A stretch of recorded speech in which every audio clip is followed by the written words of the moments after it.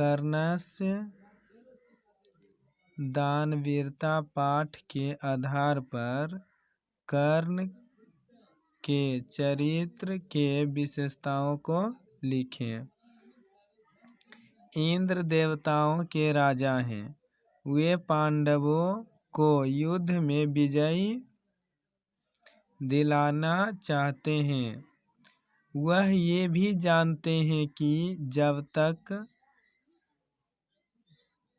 कर्ण के शरीर में यह कवच और कुंडल रहेगा तब तक कर्ण की मृत्यु असंभव है। कर्ण के जीवित रहते पांडवों विजय नहीं हो सकते थे। अतः पांडवों को विजय दिलाने के लिए इंद्र ब्राह्मण के रूप धारण करके छल पूर्वक कर्ण से कवच और कुंडल मांग लेते हैं।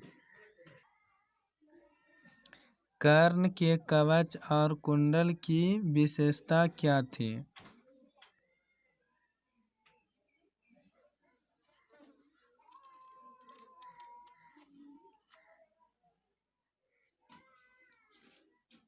कर्ण के कवच और कुंडल की विशेषता क्या थी? उसके शरीर पर जन्मजात कवच और कुंडल था।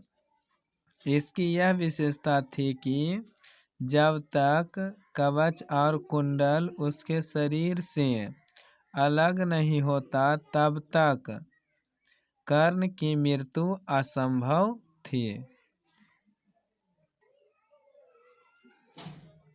भीष्म की प्रतिज्ञा से हमें क्या शिक्षा मिलती है? भीष्म की प्रतिज्ञा से हमें क्या शिक्षा मिलती है? भीष्म की प्रतिज्ञा पाठ में भीष्म यानी देवव्रत की प्रीत भक्ति को दिखाया गया है। उनकी त्याग की चर्चा की गई है। पिता को खुश रखने के लिए आजीवन राज सिंहासन का त्याग एवं आजीवन ब्रह्मचर्य का पालन करने का प्रतिज्ञा लिया है। अतः हमें प्रेरणा मिलती है या शिक्षा मिलती है कि इस जगत में माता पिता को खुश रखना ही सर्वश्रेष्ठ कर्तव्य है। शैशव संस्कार कौन कौन है लिखें। शैशव संस्कार कौन कौन है लिखें।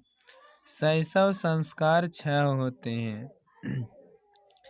जात कर्म, नामकरण, निष्कर्मण्य, अन्नप्राशन, चूड़ा कर्म और कर्णवेद। शिक्षा संस्कार यानी कि शैक्षणिक संस्कार कौन कौन है? आंसर अक्षरारंभ, उपनयनम, वेदारंभ, केशांत और समापवर्तन। वेद के सभी अंगों के नाम लिखें। यजुर्वेद, ऋग्वेद, यजुर्वेद, अथर्ववेद और सामवेद।